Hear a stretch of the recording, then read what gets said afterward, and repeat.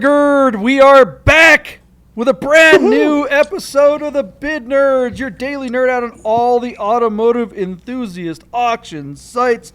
My name is John Polnik, and we are recording this episode from the fabulous downtown Las Vegas Container Park right here in downtown Las Vegas, along with my partner Michael Deeb, who is in San Francisco. What's going on, Michael Deeb? Is it miserable there? Oh, it's wet and foggy, but JP, I am basking in the glow of my haul of trophies from last week, where I cannot remember where we had such a lopsided week. I won 4 of the 5 last week. You won that Gia that you hated, and I took home all the other trophies. I'm gonna have to get an addition to our flat and build a whole new trophy room because I kind of got you there. Dirty, dirty cheater. You forgot to tell me that one of the cars is from Quebec. Who cares about Quebec? Nobody buys anything. Who buys something from Canada? Nobody, that too. Honest mistake? Well, somebody did. I see. I think it must be Russian meddling or something like that. Russian bots. If you think I set you up by telling you where the car was, you give me more credit for being smarter than I actually am.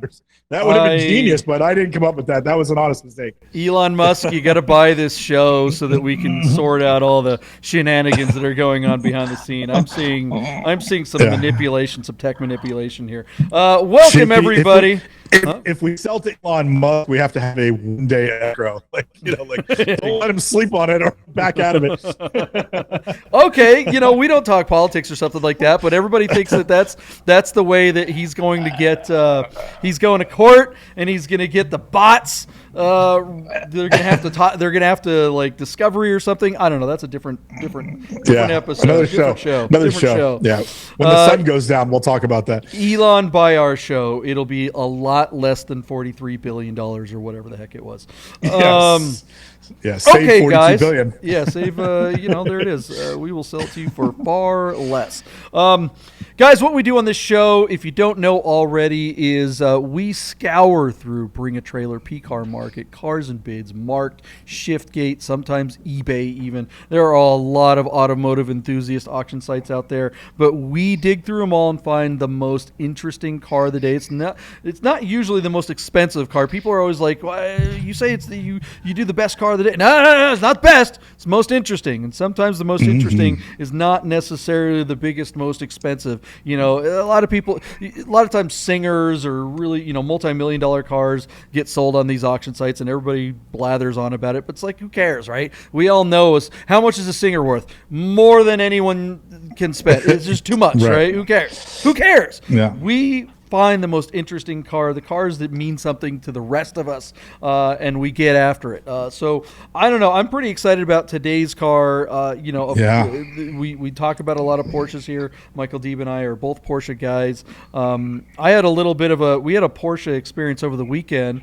Our good friend Chef from Red Rock Motor Club and the Vegas Auto Fest, he has a fantastic 2014 GT3, and we took it out on the road out to Overton, which is a common drive that we do, and we're probably going to do that drive for Vegas Auto Fest this year. If you haven't signed up for Vegas Auto Fest on September 17th here in Las Vegas, do so now. Get set up, bring your car out, show it off there. This is a car show like no other. You're not going to have an experience like this anywhere else in the world. We've got amazing cars on an amazing location. It's out at the Red Rock Country Club on the green, kind of like it's a lot like if you've been to Monterey or something, and you've been to Works Reunion or something like that. But this is just like on a whole other level. They've got like showgirls, and it's just irreverent, and it's all kinds of cars. It's not stuffy. Get out to the Vegas Auto Fest if you haven't been. It's really nice. It's like a desert oasis. There's ponds and landscaping and beautiful houses. And then the clubhouse has all the food and refreshments and clean bathrooms. I mean, it's a world-class car show. Thank you. I agree. So we'd sure like to see you out here for Vegas Auto Fest on the 17th. But that said, our good friend Chef, who kind of runs that whole shebang, his GT3 conked out on us. Well, on the way, we just all of a sudden a bunch of smoke started pouring out. We think he lost an oil line or something like that. Those 2014s are known for having catastrophic engine failure. A little bit of problems. So we're keeping our fingers crossed that it was just a bad oil liners that blew a seal. Yeah. Like, none of his Christmas tree lights came on, so so we'll see what happens. We had to wait. How long? Oh my God, dude. This was the worst. So I'm going to go ahead and say it on air, right? Tell people you were like an hour outside of Vegas at that time, right? Well, here's the thing. People think that, I mean, honestly, no. I mean, from where we were pretty close to the gate. It looked like we were out in the middle of nowhere, but you could be in Henderson in 20 minutes. So you guys were very close to Lake Mead, which is about 30 minutes from Vegas. Yeah. So we called his insurance car. He has like a motor club with his insurance car. It's not Haggerty. But he calls his insurance, they've got roadside assistance, and they're like, oh, yeah, the tow truck's coming. Okay, excuse me, great. We're hanging out in my Macan. Luckily we got AC. It's 112 degrees out. Waiting around. It's like 2.5 hours later, and we're like, what is going on? So he calls the tow truck company, 777 Towing in Las Vegas. For the record, sucks. They suck. We call him up, and he's got him on speaker. He's like, hey, what's your ETA? And they're like, sir, that order's been canceled. Like, really rude. Like, we were assholes for reaching out to him. Sorry, I just swore on your show. We just can't. Yeah. So he's like, wait, what? I assure you it wasn't canceled. She's like, sir, I assure you it was. It was canceled. And she hangs up on us. We're like, what the hell? We didn't. Oh my God! Who would cancel it? We're sitting on the. So we call the insurance company back, and they're like, oh, it says it's open on our end. Like, well, it's not. We just called them, and then they put us on hold. And this particular insurance company, they make you pay extra money to get towed. It's not like AAA where you just call them and they send it. It was like, this was the most absurd thing. And then they've got him getting his credit card out. And so we're sitting there, they're starting from scratch. We've been waiting 2 hours. We're starting over. And we're like, just make it happen, right? And they're making him pay the thing. And then he gets the little cue on his phone. And it's the same towing company they hired. We're like, okay. So I'm like, Chef, we're calling AAA. I called AAA. They had a tow truck there in 20 minutes. From the time I called AAA to the time the car was there, was AAA, 20 minutes. So, so Chef literally canceled his insurance company this morning, and he sent a picture of himself in front of the AAA office. We are not being paid by AAA. This is not a paid endorsement. We should be. But AAA should be reaching out. But his insurance company, man, did they fall down. John, as a kid that grew up with a father who loved Italian cars, you had to have a roll of red duct tape, just water, a moving blanket to get into the car, and AAA. Otherwise, you couldn't leave the house Fiat or an Alpha. That's just it'd be suicide. Yeah, for the record, the water wasn't to drink in case you get stuck in the desert because the radiator was leaking all over the place. Yeah, it's when you crack the head. All right, guys. Well, you didn't tune in for a story about broken down GT3s. You want to know how much this really, really, really pretty 911 SC. That's a nice car. G-body G50. Michael Deeb, take it away. Tell us about this amazingly beautiful car. All right, John. In 5 days from now, Bring a Trailer is this 1988 Porsche 911 Carrera Coupe out of Chantilly, Virginia. It is showing 141,000 miles, but my partner John will convince you when I let him speak that this car has just been broken in. 88, basically in 87, they moved to the G50 gearbox, which is much smoother, much easier gearbox to use. The 915 that replaced was truly a racing gearbox, but most people that don't know how to drive a stick can ruin the teeth on those cars, on those transmissions, and then they're not fun to shift. These are much more forgiving. They might be a teeny bit heavier and a teeny bit slower, but the engagement is positive and it's easy, and it really does make driving an air-cooled G-body car that much more pleasant. As such, the 87, 88, 89 cars that came equipped with this gearbox tend to bring more money. So here we have this beautiful Grand Prix white one with a very unusual light interior, the gray beige leather. Also has the Carrera spoiler, sunroof, air conditioning. And interestingly, JP, I will confess that I thought all cars from the late 80s rode on 16-inch Fuchs Alloys wheels, and I would be incorrect. This car came from the factory with 15-inch rims. So they are staggered, but the diameter is smaller than I would have guessed. I thought they all rolled on 16s, and I'd be wrong. But anyway, this car is a real looker. It looks really nice in the photos. It does have some miles. The front seats show typical wear and tear that is congruent with that kind of mileage. I know that you will say that these cars will roll for 300,000 and 400,000 miles. So the question is, how much value is left in this car for the seller? Yeah. Okay. I mean, how do you not just love this car? This an 88 Porsche 911. This is arguably one of the best versions of the air-cooled cars ever made. You said it about that G50 transmission for sure. Just a butter smooth transmission. There's some other little 88 things that are kind of fun. Here's my first Porsche 911 was an 88 911. Mine was an 88 Targa. Oh, wow. And cool. Mine had, gosh, when I bought it, that car had like almost 200,000 miles. It was 198,000 miles. And that car ran great. But I will say, after driving it about 3,000 or 4,000 miles, it developed the dreaded top end leak. So it started blowing smoke when it was on startup. So what would happen is the heads needing a head job, the gaskets would have some gaps when the car was cold, and so it would blow quite a bit of smoke as the oil was kind of burning off in the cylinders.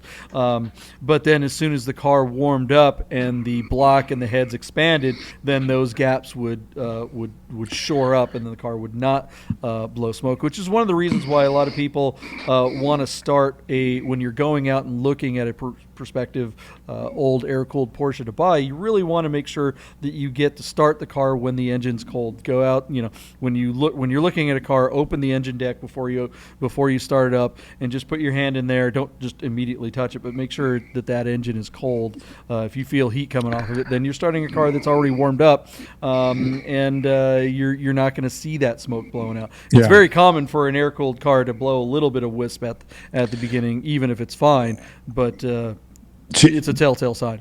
So, JP, we're running a long show. I don't want to get too deep into this, but Paul Kramer from Auto Kennel gave me a really great diatribe that in the 84, 85, and 86 3.2 Carreras received their pistons and cylinders and other engine internals from their primary suppliers. But by the time the 87, 88, and 89s rolled around, Porsche had originally intended to discontinue the 911, or at least this version of it, and that presumption got pushed down the road. So Porsche had sort of cut off its contract with its primary supplier and had to source pistons and cylinders and other internals from other random suppliers. And a lot of these motors are inconsistent. Some of them need that top end sooner than some of the earlier 3.2 Carreras, which can run 300,000 and 400,000 miles without smoking, without needing a rebuild. So what you're talking about on your car can sometimes be common on these later G-body Carreras. Does that make sense? Have you heard that before? I have heard that, but I haven't really seen a ton of evidence to support it. I mean, look, it may be true, but I haven't necessarily seen late model G50 cars suffer from top end work requirements any sooner than any other 3.2 Carrera. I just haven't seen that, and it's hard to qualify since we're not mechanics, right? I mean, but I mean, even my car I just described, and for the record, just in case anybody is guessing here, what I was describing is not this car. This car, there's no evidence of it needing top end, but it is something to look out for. But the car that I had 200,000 miles on it. I mean, so it would be expected that's okay, great, fine. And it wasn't even that the engine needed to be rebuilt, just the top end needed to be rebuilt. Now, that's not exactly an inexpensive thing to do on an air-cooled engine these days, especially when anytime you crack open one of these engines, it's like, while you're in there, that price tag can go up, because while you're in there, why don't you fix this or do that, so you don't have to do. It's not an inexpensive thing. But, okay, look, again, the G50 transmission, I think, makes it worth any potential extra risk that you might be looking at. And compared to a 964, and let's face it, 964s are the car that everybody wants right now. Oh, yeah. 964s are the hottest air-cooled 911.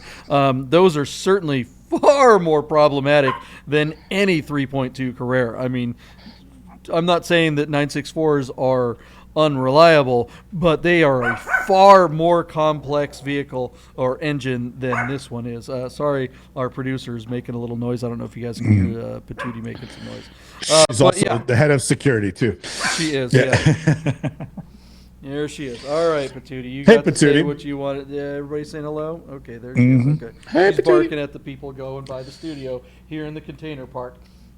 So, JP, I thought this car would be interesting for us to cover today because we've seen the prices on SCs rise dramatically. And so I'm wondering, are G-body, or I should say G50 Carreras, are they also rated in the market? Now, this one's got some miles on it, 140,000 miles. It's also way back east in Virginia. Our car is sitting on $40,000 and just 4 bids, but it's got a few days to go. It's got like 5 days to go. So with that in mind, John, I think that this car has a chance to get to 75,000 miles, but I just wonder if the market is softening or if somebody might think, well, for that kind of money, I could get the best SC rather than getting this sort of older and high mileage Carrera. And so I'm going to go take a more conservative tack and say $69,000. So do you think this car will bring more than 69,000? Boy, that's a good question. I know that just a couple of years ago, one of these, it was unheard of to get 50 or 60 for any G-body, even a G50. But now, boy, so your bid is 69,000. And again, the car's really clean, but I don't know, man. It's got a lot of miles on it. What do you think? I think that's an excellent bid. If it were lower miles, if it were an under 100,000 mile car, you'd definitely be looking at 80s or 90s even potentially. Right. And it's a coupe, so 69. I think you're right there. That's like Yahtzee territory. So do I go 1,000 over or do I go 1,000 under? Does this thing break 70? I'm going to go out on a limb. I'm going to say yes. I think it breaks 70, so I'll go 70. And if it does, I don't think it will be by much. I mean, that is a lot of miles. Again, like we've said, I'm not worried about those miles, but the market may. So let's see what happens. I mean, we've seen some higher mileage SCs recently, even with all this talk of correction and blah, blah, blah, everything's collapsing, the sky is falling. We're still seeing SCs bringing above 50 grand. That's just bonkers. So, interestingly enough, too, this is is this a private seller? I'm sorry if I missed that. You told us at the beginning. I didn't. No, I didn't say whether it was. It's a dealer. It is a dealer. Okay. Yeah. So I don't know. Some dealers have really good reputations. There's some dealers in the Northwest that we see often. They have some great photos. This car's photo array is not the greatest, so I think that's going to hurt it. Now I'm talking myself out of my higher bid. There are dealers that could get really big money for this car. I don't know if this particular dealer is one of them. No. But we're going to find out right after this message from our sponsor. Hit the subscribe, like, and notification button, and right after this message, we're gonna tell you what happened with this auction. Okay, guys, I want to tell you about Vegas Auto Fest. The drivers are coming. This is one of our big sponsors. It's the biggest car show of the year in Las Vegas. It's one of the coolest car shows you can possibly experience anywhere. If you haven't made plans to be part of Vegas Auto Fest on September 17th, then do it now. Go to vegasautofest.com and register your car. You think you're a car enthusiast? Doesn't matter where you live. Plan a trip to Vegas on September 17th and come out and see this show. It's like Monterey Car Week all in a day. Have you ever been to the Quail? Have you ever been to Works Reunion? Have you ever been to Amelia Island? All those car shows are amazing and great. Have you been to Luftkult? Sure, but Vegas Auto Fest is something special. Make a plan for September 17th. We'll see you in Vegas. All right, guys, welcome back to Bid Nerds, your daily nerd out on the most interesting car of the day on all the automotive enthusiast auction sites.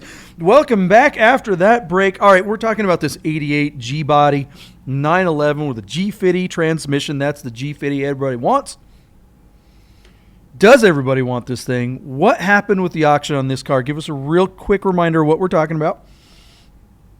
AP, this is at 1988 Carrera GT Coupe, had like 150,000 miles on it, out of Chantilly, Virginia, which is ironic because this car in Grand Prix white almost looks like Chantilly cream. Shout out to all your French restaurants.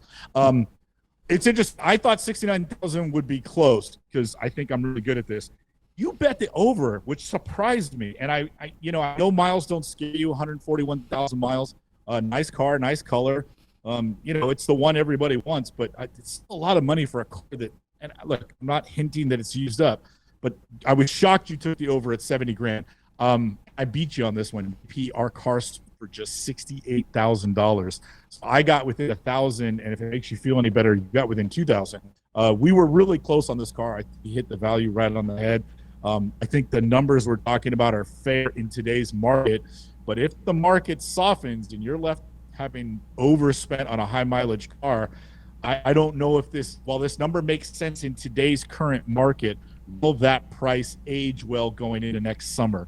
If these cars can be picked up again for 60 grand or 55,000, is this owner going to feel like I overspent on that car? I mean, if you're going to be stuck with a car, this is certainly one to be stuck with. I mean, this is a blue chip classic. The values of these, we talk about this over and over again on this show. What does value even mean in relationship to things like inflation and that sort of thing? We are still dealing with shortages in a lot of different places. Will those shortages ease up, or will they just continue to get worse? Those are things we don't have a crystal ball.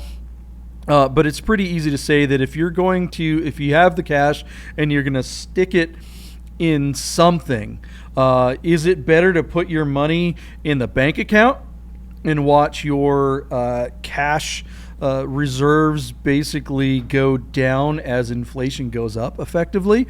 Or is it better to say, all right, well, if I'm going to lose money anyway, it may as well be on something I like. This is definitely, we're certainly not saying that cars are make a good investment, but there certainly have been people that have been doing so. I mean, classic cars have become an asset class in and of itself, right? It's no longer just stock market and, precious metals or art. Now it's like, these classic cars. If you're going to get a classic car and put some money and park some money into a classic car as an asset class, I don't think you can do much worse than this one.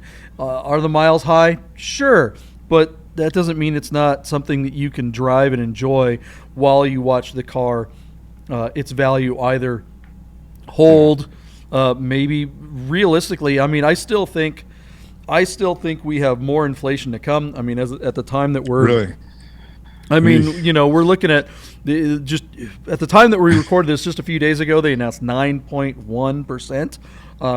And the way that they calculate inflation these days is a bit juked. The numbers, they're definitely playing with the numbers. So most people agree that inflation is probably higher than that. Do we see any chance that inflation is going to go down? That's something that people talk about a lot and disagree about a lot, but I certainly don't see anyone in the powers that be even suggesting anything that would do anything that would lower it. I mean, it's just like, let's send out, Do we have any good news for these guys? Here's what I want to say about this car. 141,000 miles. Like I would, my knee-jerk reaction is scoff at it and say, it's got 150,000 miles. It's all used up. And I want to clarify that I agree with you on this.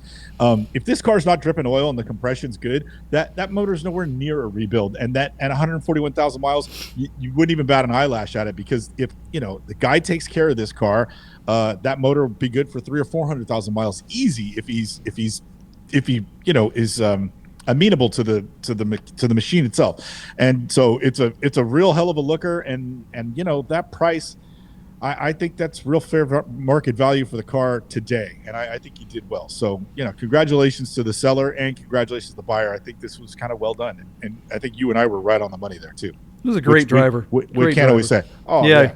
And God forbid something bad happens and he has to rebuild the whole engine, which just isn't going to happen. I mean, the worst case scenario, I think, for this is a top end rebuild, and you're looking at 10, 15 grand, something like that. And then that's just money that's in the bank. I mean, you'll get that back if you look at it like a long-term investment. And how much fun do you have with a mutual fund? Can you drive anywhere in a Bitcoin? No. The answer is no. You can't. Yeah. Can you go to coffee on the weekend and have all your friends tell you your mutual fund is cool? Yeah. Not happening, right? Yeah. Well, there you go, guys. If you're looking for somewhere to park your money, I don't think you can do better than a G-Body G50 911. That could be a mantra over here. That was a little Arkansas in that G-Body G50. Shoo, doggy. For those of you watching, I've got a cough drop in my mouth right now. I'm in the studio by myself. I got a cough drop, so I might be slurring a little bit. It's not because I'm also drunk. I'm not drunk. We never drink. We never drink when we do this show. That never happens. We probably should. We probably should record this at night. It would be much more fun. All right, guys. Well, if you haven't already, go ahead and hit the subscribe, like, and notification button. We want you to know about the most recent nerds, and the only way for you to know about fresh, not stale nerds is to have that notification button pressed. Do that right now, and we will see you tomorrow on Bid Nerds. Get those nerds!